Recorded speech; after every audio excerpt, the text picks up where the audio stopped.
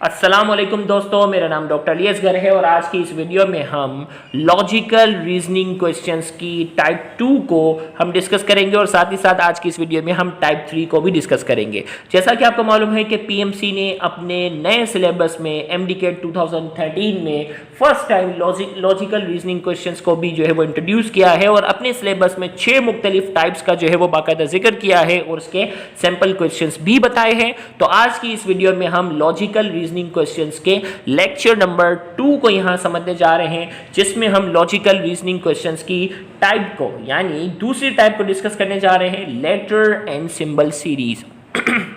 तो इस लेक्चर को शुरू करने से पहले आपसे एक बार रिक्वेस्ट करेंगे कि अगर आपने अब तक हमारे इस चैनल को सब्सक्राइब नहीं किया जो कि सिंध बोर्ड टीचिंग के नाम से है, तो काइंडली आज ही आप हमारे इस चैनल को सब्सक्राइब करें और साथ ही साथ बेल आइकन को लाजमी क्लिक करें ताकि हमारी अपलोड करदा तमाम इंपॉर्टेंट वीडियोस की नोटिफिकेशन भी आपको रिसीव हो सके। तो आइए हम आज लॉजिकल रीजनिंग क्वेश्चंस की टाइप 2 और टाइप 3 को आज के इस लेक्चर में हम कवर करेंगे और उसके सैंपल क्वेश्चन जो पीएमसी के सिलेबस में है उसको भी डिस्कस करेंगे। लेटर एंड सिंबल सीरीज की बात हो रही है। Letter and symbol series are sequential order of letters, numbers or both arranged such a way that each term in the series is obtained according to some specific rule। भाई letter और symbol series में जो है वो आपको एक sequential order दे दिया जाएगा, चाहे वो लेटर का हो चाहे वो नंबर का हो या नंबर ऑफ लेटर दोनों हो, such a way that each term in the series is obtain according to some specific rule. इसमें इस तरीके से होगा कि एक रूल को फॉलो किया जाएगा और हमें उस रूल को जो है वो क्या करना होगा, अंडरस्टैंड करना होगा और अंडरस्टैंड करते हुए उसका क्या करना होगा, आंसर देना होगा। This rule can be based on mathematical operation, place of letter in alphabetical order. अब ये रूल क्या हो सकते हैं, मैथमेटिकल ऑपरेशन के तौर पे हो सकते हैं, यानी नंबर की एक सीक्वेंस होती है, इवन नंबर, ऑड नंबर। इसकी फिर हम आगे डिटेल में कई एग्जांपल समझेंगे, परेशान ना हो। Place of letter in alphabetic order, place of letter letter की जो अल्फाबेटिक ऑर्डर के हिसाब से हो सकता है, यानी इसकी आप कह दें लेटर एंड सिंबल सीरीज की कई वेराइटीज हो सकती हैं। यहाँ तो सिर्फ एक एग्जांपल यहाँ दी हुई है, ऐसी कई एग्जांपल जो है वो हम हंड्रेड्स ऑफ क्वेश्चन इंशाल्लाह हम प्रैक्टिस में करेंगे तो इंशाल्लाह आपको परेशानी नहीं होगी। Simple question, look carefully at the sequence of symbol to find the pattern. हमें कहा जा रहा है कि आप इसको क्या करें, look carefully at the sequence of symbol to find the pattern. Pattern को मालूम करने के लिए से जो है वो आप केयरफुली देखें, select correct pattern. Correct pattern आपने जो है वो क्या करना है, सेलेक्ट करना है।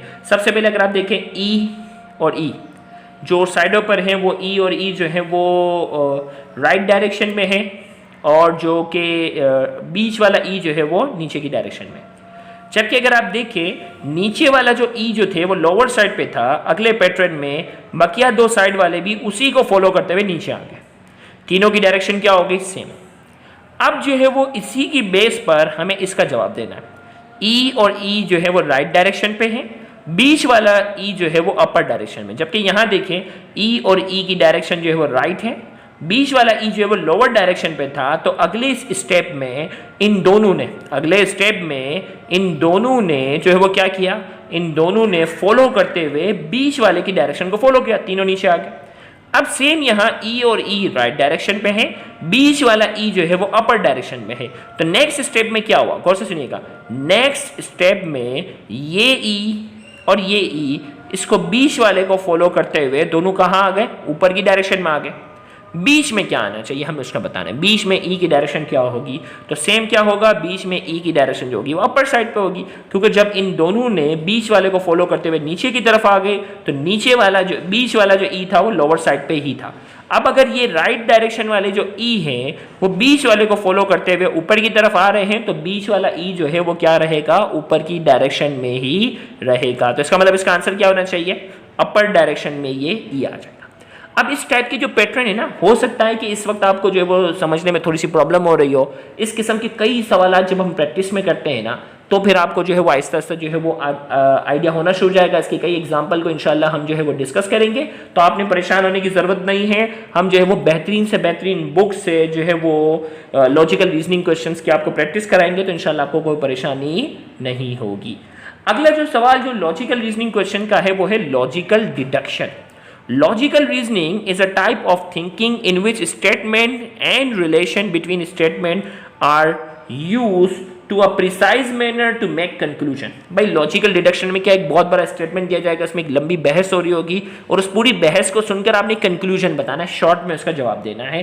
That are mean to implied by the statement and the relation. Logical deduction is a type of reasoning. It assesses a candidate's ability to use structured thinking to deduce from a short passage which of a number of statements is the most accurate response to a posed question. उसमें एक लंबी बहस चल रही होगी, कई किस्म के आर्ग्यूमेंट आ रहे होंगे और उस पूरी आर्ग्यूमेंट को सुनकर आपने एक शॉर्ट में क्या करना होगा, उसको कंक्लूड करना होगा। Sample question, there is a family of 6 person. एक फैमिली है जिसमें 6 लोग हैं, G, J, B, E, T and Z. Their professions are teacher, writer, actor, singer, dancer and lawyer. इनके प्रोफेशन बताएं but not respectively in the same order, order के हिसाब से नहीं है, बस ये रैंडमली बताएं। G is a teacher, G जो है वो टीचर है। Z is a dancer. B is neither writer और एक्टर, B जो है वो ना राइटर है ना एक्टर है। E is neither singer not lawyer, E जो है वो ना सिंगर है ना लॉयर है। T is an actor, T जो है वो क्या है, एक्टर है। जे इज अ लॉयर, जे क्या है, lawyer. From the information given above try to answer the following question. अब ये इन्फॉर्मेशन दे दी गई ना, एक लंबी बहस है, फला टीचर है, फला जो है वो एक्टर है, फला जो है वो लॉयर है, फला वो। अब इस पूरी बहस को सुनते हुए आपने जो वो शॉर्ट में आंसर देना है, who among them has a professional lawyer. इनमें से कौन प्रोफेशनल लॉयर है। इतनी बहस सुनी ना, अब अक्सर एग्जाम में दिमाग जो वो सुन हो जाता है, भाई कौन टीचर था, कौन एक्टर था, ये था। लेकिन अगर जिसने सुकून से पढ़ा है, ठंडे दिमाग से पढ़ा है, तो आपको मालूम है जे इज अ लॉयर। खुद ही सवाल में इसका जवाब लिखा हुआ, आपको कोई वो नहीं था भाई जे लॉयर, और पूछा जा रहा है who among them has a professional lawyer. Lawyer कौन है इनमें से, इनमें से प्रोफेशनल लॉयर कौन है, तो जे इज अ लॉयर, तो जे इज अ लॉयर, सीधा सीधा आंसर हो गया। तो ये आपके पास जो था वो डिडक्शन वाला सवाल था। इंशाल्लाह अगले लेक्चर में हम इसकी मजीद 2 वैरायटीज को हम डिस्कस करेंगे, तो उनको भी देखना मत भूलिएगा। Thank you very much, Allah Hafiz.